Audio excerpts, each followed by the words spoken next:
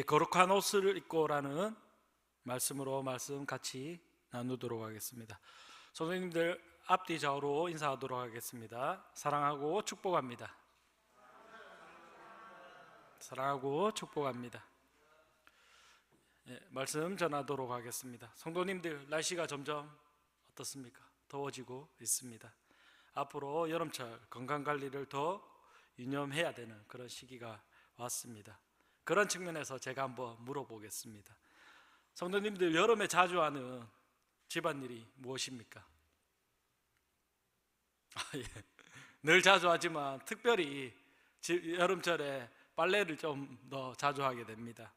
여름에 땀을 많이 흘리기 때문에 저도 그렇고 성도님들 가정에서도 아마 빨래를 다른 계절에 비해서는 좀 더 많이 하게 될 것입니다. 그렇지 않습니까?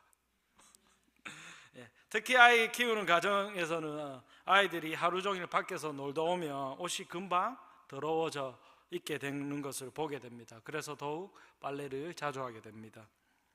제가 하나 물어보면, 성도님들, 그런 측면에서 제가 하나 물어보면, 더러워진 그 옷을 빨게 되면 완전히 새 옷처럼 깨끗하게 됩니까?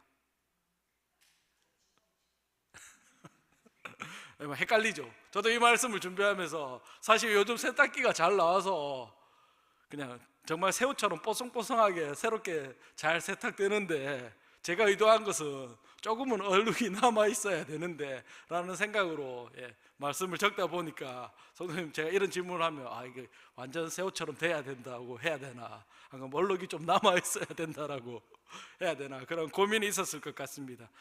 그런 측면에서 여튼 아니죠.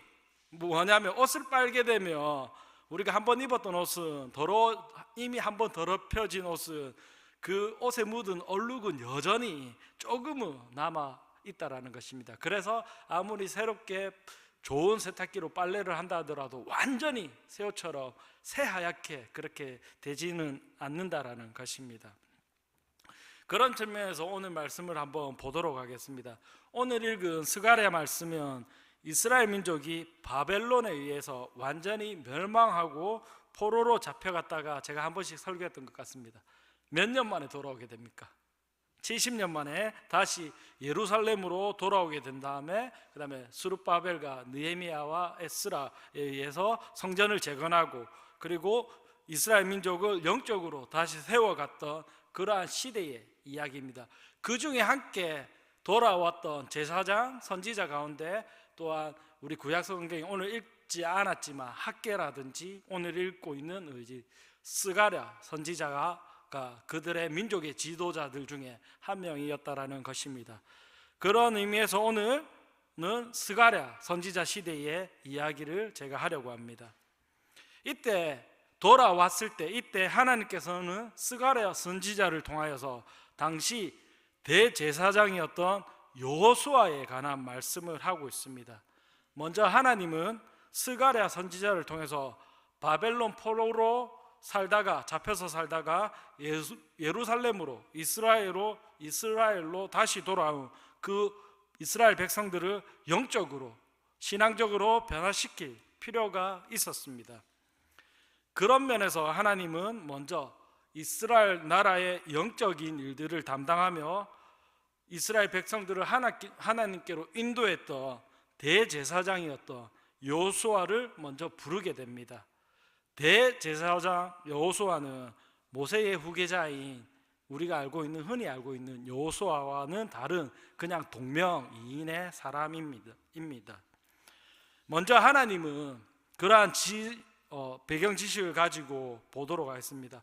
먼저 하나님은 대제사장인 여호수아를 불러 그에게 어떤 일을 시킵니까? 그에게 새로운 옷을 입혀야 했습니다. 성도 여러분, 새로운 옷을 입힌다라는 이 일은 성경적으로 오늘 말씀에서 가장 중요한 큰 의미를 담고 있습니다. 왜냐하면 대제사장이었던 그 여호수아는 바벨론 포로기 이후 이스라엘 공동체의 대제사장이면서 당시 이스라엘을 대표하는 대표적인 신앙 지도자 중에 한 명이었습니다. 그런 의미에서 하나님은 이스라엘 백성들에게 여전히 바벨론 포로 시대에 경험했던 포로 시대의 그 백성으로 살아갔던 그들의 삶을 살아갔던 이방적인 그 습관이 남아있던 그 제약된 자리에서 이스라엘 백성을 불러내고 있습니다. 그리고 오늘 그들이 잊고 있었던 그 포로 시대 때, 식민지 시대 때 잊고 있었던 그 이방 습성이 남아있던, 이방 민족의 문화와 전통이 남아있던 그 옷을 벗어버려야 한다는 것을 명령하고 있습니다. 즉 스가랴 선지자는 오늘 2절의 말씀에서 이렇게 표현하고 있습니다. 이스라엘 민족을, 그들이 포로로 돌아왔을 때 그들의 상태를 이렇게 표현하고 있습니다. 불에서 꺼낸 그슬린 나무, 즉 불에 타다만 그러한 나무와 같은, 재와 같은 그러한 상태로 이스라엘 백성을 표현하면서 포로에서 돌아온 이스라엘 백성을 하나님께서 불타는 불 가운데서 이스라엘이라는 그 나무를 완전히 구원해 주셨다라는 것으로 상징적으로 표현하고, 이스라엘 민족이 너희가 불 가운데서 구원을 받았다라는 그 사실을 알려주고 있다라는 것입니다. 이처럼 하나님은 다시 예루살렘으로 돌아온 이스라엘 백성, 그들에게 하나님의 성전을 먼저 회복시키고, 또한 그들이 입고 있던 그 바벨론의 그 더러운 옷을, 그 옷을 벗어던지라고 명령하고 있습니다. 또한 다시 한번 하나님의 백성으로 하나님께서 입혀주시는, 하나님께서 직접 입혀주시는 그 새 옷을 입고 여호와의 규례와 도를 지키며, 또한 모세에게 허락하신 그 십계명과 율법을 지키며 하나님의 백성으로 다시 살아갈 것을 명령하고 있습니다. 이처럼 대제사장이었던 여호수아와 이스라엘 백성이 입고 있던 그 더러운 옷은 이스라엘의 죄와 불결함, 또한 이스라엘 백성의 그들의 영적 부패와 하나님 앞에서의 정결하지 못했던 그들의 삶을 의미하고 있습니다. 그런 의미에서 여호수아는 대제사장임에도 불구하고 하나님 앞에서 그가 먼저 정결하지 못한 그 더러운 옷을 입고 있는 그 상태로 하나님 앞에 서 있었다라는 것을 스가랴 선지자는 지적하고 있습니다. 그런 측면에서 오늘 말씀 4절 준비되어 있습니다. 오늘 말씀 4절 다시 한번 다 같이 읽어보도록 하겠습니다. 시작.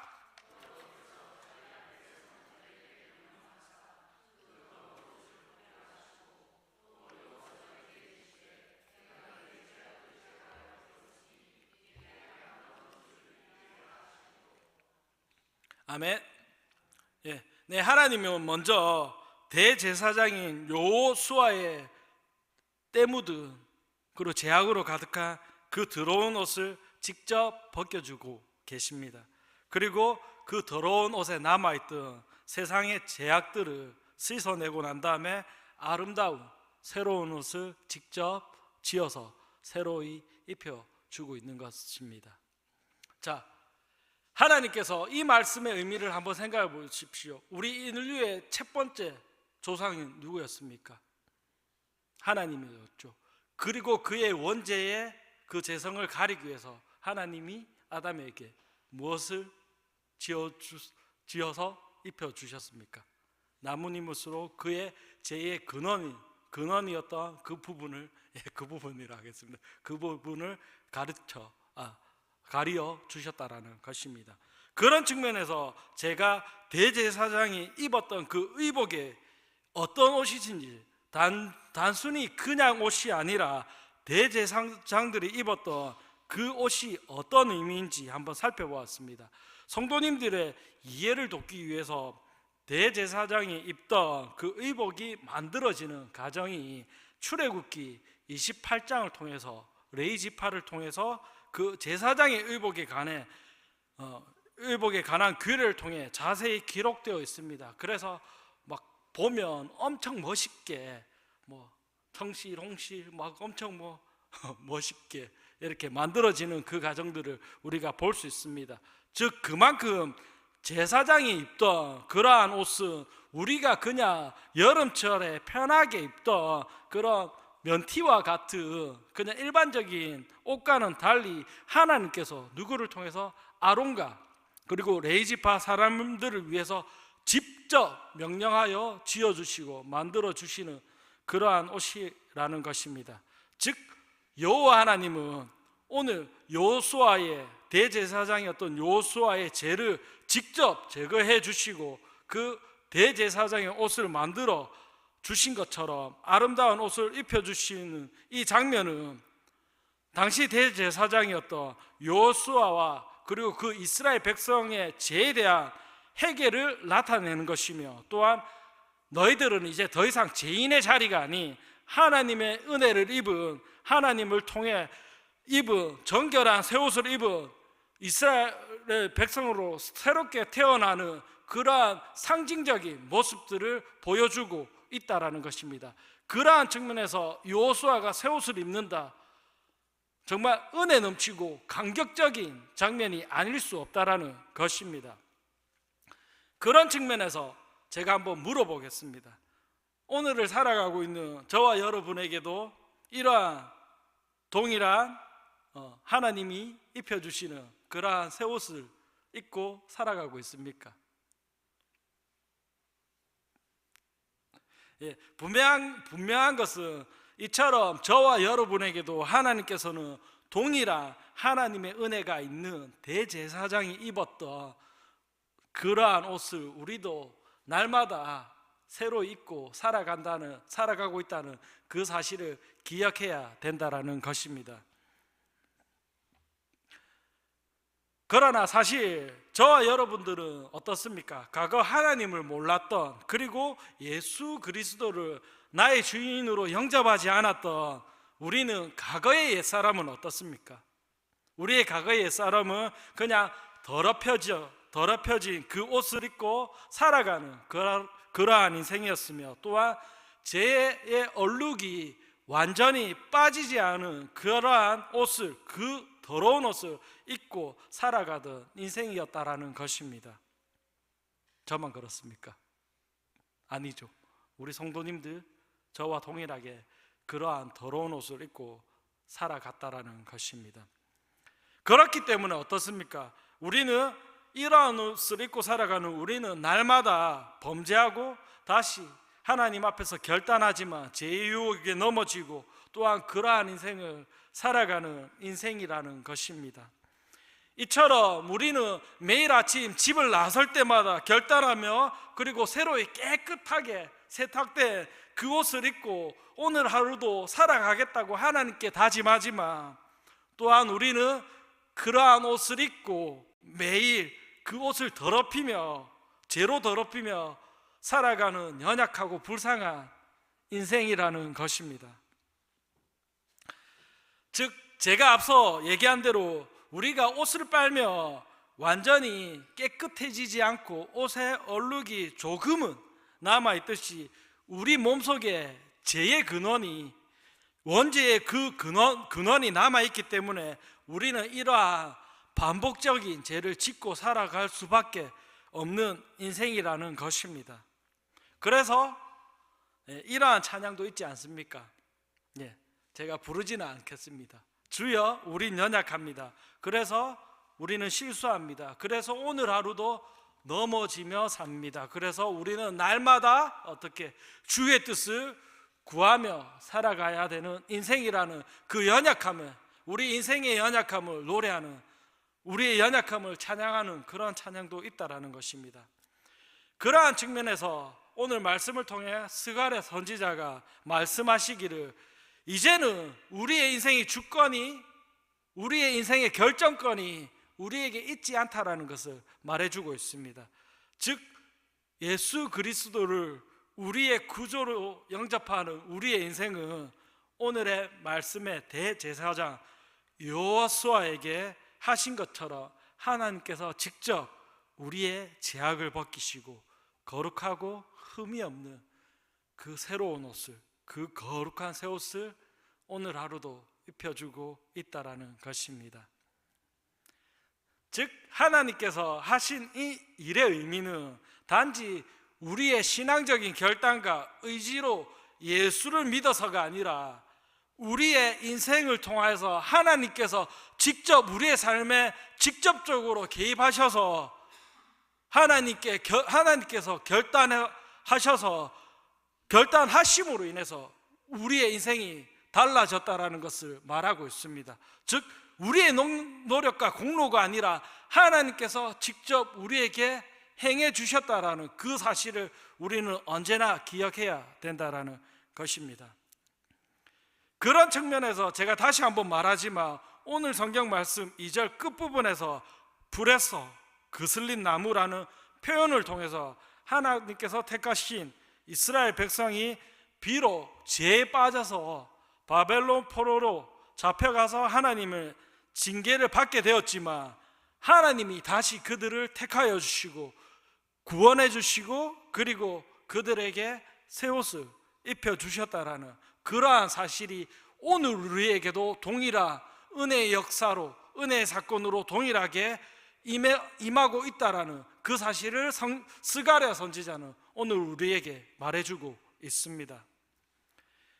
이처럼 저와 여러분들도 제약된 우리의 인생 가운데서 하나님의 전적인 하나님의 강권적인 은혜를 통해 날마다 우리를 제약의 자리에서 불러주시고 선택하여 주셔서 하나님께서 날마다 우리에게 거룩한 그 새 옷을 입혀주신다라는 그 사실을 기억해야 된다라는 것입니다.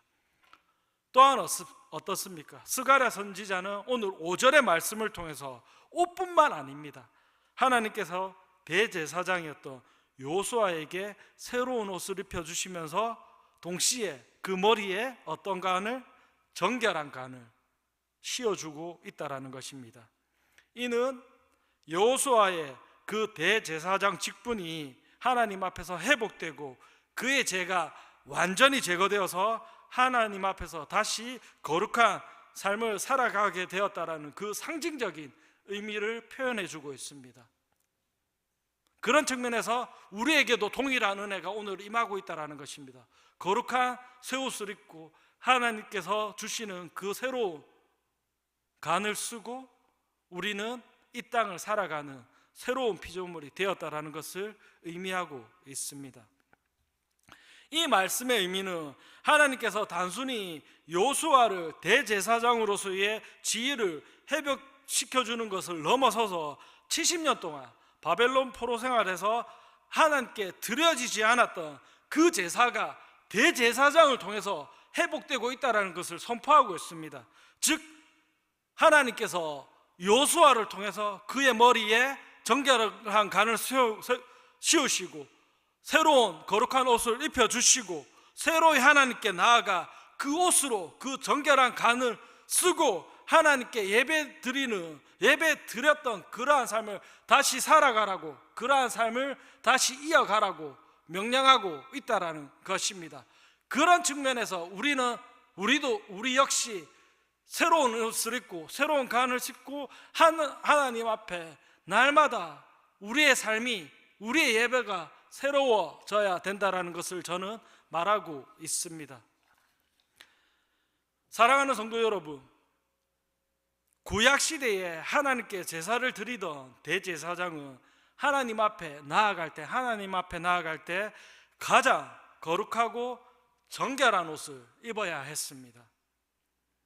그런데 지금 오늘 성경에서 여호수아는 죄와 부정함에 찌든 그 더러운 바벨론 포로 시대에 입었던 그 옷을 입고 하나님 앞에 서 있습니다. 이는 단순히 여호수아의 그 개인적인 재앙만을 의미하지 않습니다. 이스라엘 백성은 대제사장 여호수아는 바벨론 포로기를 거치면서 이스라엘 백성은 영적으로 황폐해졌고 많은 죄와 불순종에 빠져 있었습니다. 즉 여호수아의 그 더러운 옷은 이스라엘 백성들의 총체적인 죄악을 의미하고 상징합니다. 그런 의미에서 저와 여러분들은 오늘 예배에 나오면서 어떠한 옷을 입고 나왔습니까? 저는 설교를 하기 위해서 양복을 입고 나왔습니다. 죄송합니다. 무거운 분위기에서. 한번 생각해 보십시오. 어떠한 옷을 입고 나왔습니까? 저는 이 말씀을 보면서 생각난 예수님의 사건이 하나 있었습니다. 바로 마태복음 17장에 나오는 예수님의 변화산 사건입니다. 변화산 사건을 간단히 설명하며 예수님은 자신의 하나님 되심, 즉 신성과 메시아 되심, 우리의 인류를 구원하러 오셨다는 그 메시아 되심을 설명하기 위해서, 가르치기 위해서 제자들과 함께 높은 산으로 올라갑니다. 그 높은 산은 3명의 제자와 함께 올라가는데 당시 빌립보 가이사랴에 있었던 베드로가 예수님을 구주로 고백했던 그 헐몬산으로 많은 성경학자들이 추정하고 있습니다. 확실한 건 아니지만 그 헐몬산으로 추정하고 있습니다. 그리고 예수님은 그 산에 오르면서 자신의 그 십자가 지심과 그리고 십자가 지심의 그 사건을 두고 구약의 율법이 많은 선지자들에 의해서 예언을 통해서, 그리고 하나님의 아들인 자신을 통해서 그 십자가의 사건과 구원의 사건이 이루어진다는 그 사실을 알려주기 위해서 사랑하는 제자 3명과 함께 그 산을 오르고 있습니다. 성경의 저자인 마태는 예수님께서 그 헐몬산에서 기도하시는 동안 그분의 모습이 놀랍도록 놀랍게 변형되는 그 사실을 말해주고 있습니다. 어떻게 표현하고 있습니까? 예수님께서 기도하시는 그 시간, 그의 얼굴은 해처럼 빛나고, 옷에 그가 입고 있던 그 옷은 세상에 어떤 빨래꾼도 그렇게 희게 할 수 없을 만큼 하얗고 강체가 날 만큼 하얗고 빛나고 있다라는 그 사실을 표현하고 그리고 말하고 있다라는 것입니다. 저는 이 사건을 통해서 중요한 의미를 하나 발견했습니다. 변화산에서 예수님의 외모가 빛나며 또 예수님이 입고 있었던 그 옷은 세상에 어떠한 빨래꾼도 그렇게 희게 하게 할 수 없을 정도로 영광스러운 모습으로 변할 수 있었던 것은, 예수님은 단순히 인간이 아니라 하나님의 아들이시며 신적인 존재임을 우리에게 명확하게 보여주셨다라는 그러한 사건임과 동시에, 사실임과 동시에 우리의 삶을 통해서도 하나님께서 친히 우리의 삶과 함께 하시며 우리의 삶과 동행하시며 우리의 삶의 모습도 그러한 삶의 자리로 날마다 그 어떤 사람도 희게 할 수 없을 만큼 그 깨끗하고 거룩한 그 옷을 날마다 입는 것처럼 날마다 거룩한 하나님의 백성으로 살아갈 수 있다는 것을 우리에게 말해주고 있다는 것입니다. 즉 변화산 사건을 통해서 우리 역시도 하나님의 거룩한 백성으로 기도하고 결단하면 하나님의 거룩한 백성으로 날마다 새 옷을 입고 그렇게 빛이 나며 하얗게 거룩한 백성으로 살아갈 수 있고 우리의 삶을 변화시키고 바꾸어 줄 수 있다는 그 사실을 우리에게 알려주고 있다는 것입니다. 단순히 우리의 삶을 변화시키는 정도가 아니라 예수님과 함께하며 우리의 삶도 변할 수 있다는 그 믿음을, 그 사실을 우리에게 알려주고 있다는 것입니다. 이 사실을 믿으십니까? 사랑하는 오대교회 성도 여러분, 오늘 말씀을 좀 정리하도록 하겠습니다. 저는 이 말씀을 보면서 이제는 우리가 더 이상 과거의 옛사람으로 죄인의 신분으로 이 땅을 살아가고 그 더러운 옷을 입고 살아가는 그러한 인생이 아니다라는 그 사실을 기억해야 된다는 것입니다. 저와 성도 여러분들은 이제 하나님께서 새로 입혀주시고 그 정결하고 거룩한 옷을 입고 새롭게 태어난 하나님의 백성으로 살아가는 그러한 하나님의 자녀가 된 그러한 인생을 살게 되었다라는 그 사실을 반드시 기억해야 된다라는 것입니다. 사랑하는 성도님들, 하나님께서 새로 입혀주시고 그 거룩한 옷을 입고 오늘 하루도 남은 우리에게 주어진 이 한 주도, 남은 한 주도 우리의 삶을 하나님 앞에서 살아가는 우리의 인생이 되기를 소원합니다.